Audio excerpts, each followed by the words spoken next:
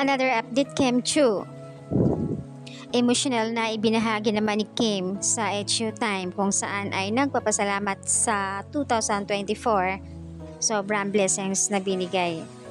Ayon nga sa kanya, wala basta lahat naman tayo binigyan ng blessings pero thank you Lord. Sobrang sapat na yun blessing para sa akin. So, ayan guys, sa kanyang latest update sa Showtime at napapansin din ng kanyang kapwa co-host kaya siya unang nagsalita. Masasabi niya sa 2024 mga ganap niya, mga previews niya. So, ayan, welcome naman ni Kim 2025 na sana more project and magiging good health. Hindi lang siguro dahil hindi lang kay Kim, lahat tayo. Good health and more blessings para din sa ating lahat. Pinuri naman ng GMA Network si Kim Chiu dahil sa kanyang post sa kanyang pagbahagi sa Showtime ng 2024 kung saan ay memorable na pakasaya and more blessings para sa kanya. And sa ABS-CBN naman kung saan ay ipinost and Star Cinema also ipinost din nila ang ganap ng Kim Pao na 4 na times na nga na pumunta sa ibang bansa at nagkataon ang suot nila na halos magkapareho.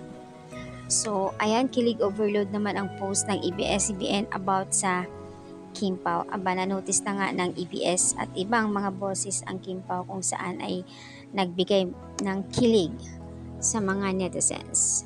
So, that's an update guys. Ayan, malalaman din natin yan. Sana panoorin talaga natin yung movie ng Kim Pao sa Feb 12. Very supportive naman si Darren at ipinost na nga ni Darren ang kanyang calendar sa Showtime. Tuwang-tuwa naman ang mga nanonood audience. Na ayon sa kanila, very supportive nga naman ang kanyang bestie na si Darren. Talaga naman siya, yung mismo nagpasimuno magdidikit ng mga poster at talagang ginala pa doon mismo sa front ay pinakita on air sa Showtime kung saan andun ang support niya. So, ayan guys, isa pang photos clip video kung saan makikita na may hawak si Pao na helmet behind the scenes sa kanilang movie. My Love Will Make You Disappear. Nakahawak si Pao ng helmet, something susunduin niya si Kimi doon sa scene na iyon. So excited talaga guys, kaya wag natin palampasin ang February 12. Oh my. That's an update guys.